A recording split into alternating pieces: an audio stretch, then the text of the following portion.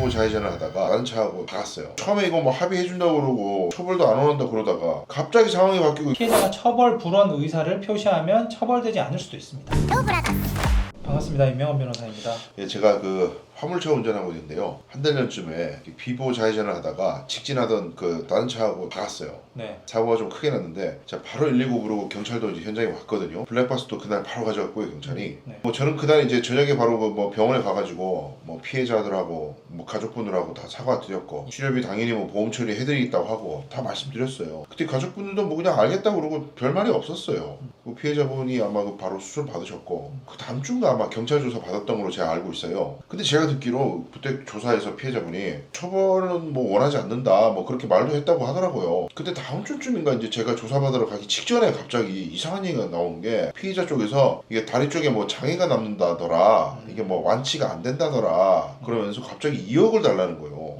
아니 뭐 저도 이거 화물차 운전하면서 참 어렵게 제가 인생에 좀 곡절이 많아가지고 그렇게 뭐 넉넉하게 모아놓은 돈이 없거든요. 그래서 뭐 죄송하지만은 뭐 보험 이상의 그런 돈을 당장 제가 해드리기가 좀 어렵다. 그러면은 뭐 합의 못 해준다. 뭐 끝까지 뭐 가겠다. 벌 받아라. 뭐 이런 식으로 얘기를 하더라고요. 그리고 이제 경찰 조사를 딱 받으러 갔더니 이게 뭐 단순한 상해가 아니고 중상해다. 뭐 중상해여서 피해자가 처음에는 뭐 처벌을 원하지 않는다고 하긴 했는데 그때는 이제 이런 중상인지를 몰랐기 때문에 뭐 보험금 받고 끝내려고 했던 것 같지만은 뭐 이제는 상황이 이제 바뀌었다. 그래서 이제 처벌을 원한다라고 했기 때문에 경찰은 뭐 저 검사한테 사건을 넘길 수밖에 없다고 하더라고요. 그래서 이제 이번 주에 저기 검찰에 뭐 송치됐다고 카톡도 왔어요. 아니 그러니까 처음에 이거 뭐 합의해준다고 그러고 뭐 처벌도 안 원한다 그러다가 갑자기 상황이 바뀌고 이렇게 뭐 벌을 받을 수밖에 없다 이렇게 얘기 나오니까는 너무 답답해가지고 제가 변호사님 찾아뵙겠습니다. 선생님 혹시 그 신호 위반이나 과속하셨습니까? 그 직진 초록불에 좌회전이었는데 이게 비보였거든요. 비보. 예. 그러면은 신호위반 아니지 않나 싶은데 예. 제 기억에 한 40km 정도 그렇게 빠르지 않았어요. 과속이 아니었어요. 예. 일단 뭐 비보 좌회전 구간에서 직진 신호였다는 거죠. 그때 좌회전 하다가 사고 난 경우에는 뭐 신호 위반은 아닙니다. 그렇죠. 예. 교통사고는 원칙적으로 자동차 종합보험이나 공제조합에 가입된 경우에는 처벌되지 않거든요. 그런데 소위 말하는 12대 중과실이라고 하죠. 뭐 신호위반, 중앙선 침범, 뭐 과속, 횡단보도 사고, 음주운전 사고, 무면운전 사고 이런 경우에는 종합보험이나 공제조합이 있어도 처벌이 됩니다. 그러면 저는 이제 공제조합이 있으니까 네. 처벌이 안 되는 거 아닙니까? 그런데 이제 종합보험이나 공제조합에 가입이 되어 있고 12대 중과실이 아니라고 하더라도 피해자가 중상해를 입었으면 처벌이 돼요. 이제 피해자 생명에 대한 뭐 위험이 발생했다거나 뇌사 상태거나 아니면 뭐 불구가 되거나 불치, 난치의 질병이 생긴 경우를 말하는데요. 피해자 상해가 뭐 어느 정도라고 하던가요? 제가 자세히 모르는데 뭐 다리 쪽에 이제 후유증이 남아가지고 평생 그 쩔뚝거리면서 살 수도 있다 뭐 그런 얘기를 하더라고요. 후유장애가 그 정도로 남을 정도면은 중상해에 해당할 여지가 있습니다. 근데 이제 중상해라고 하더라도 무조건 처벌받는 건 아니고요. 피해자랑 합의, 정확하게 말하면 피해자가 처벌 불원 의사를 표시하면 처벌되지 않을 수도 있습니다. 근데 처벌 뭐 원하지 않는다고 했다가 지금은 또 처벌 원한다고 그러고 말이 바뀌어버렸는데 그러면 저는 합의도 안 됐고 뭐 결국 처벌받을 수밖에 없는 거 아닙니까? 정확하게 말하면 합의가 아니라 처벌 불원 의사 표시만 있으면 되는 거거든요. 피해자가 이제 가해자의 처벌을 원하지 않습니다. 이런 말을 수사기관에 표시하면 처벌되지 않는다는 이야기예요.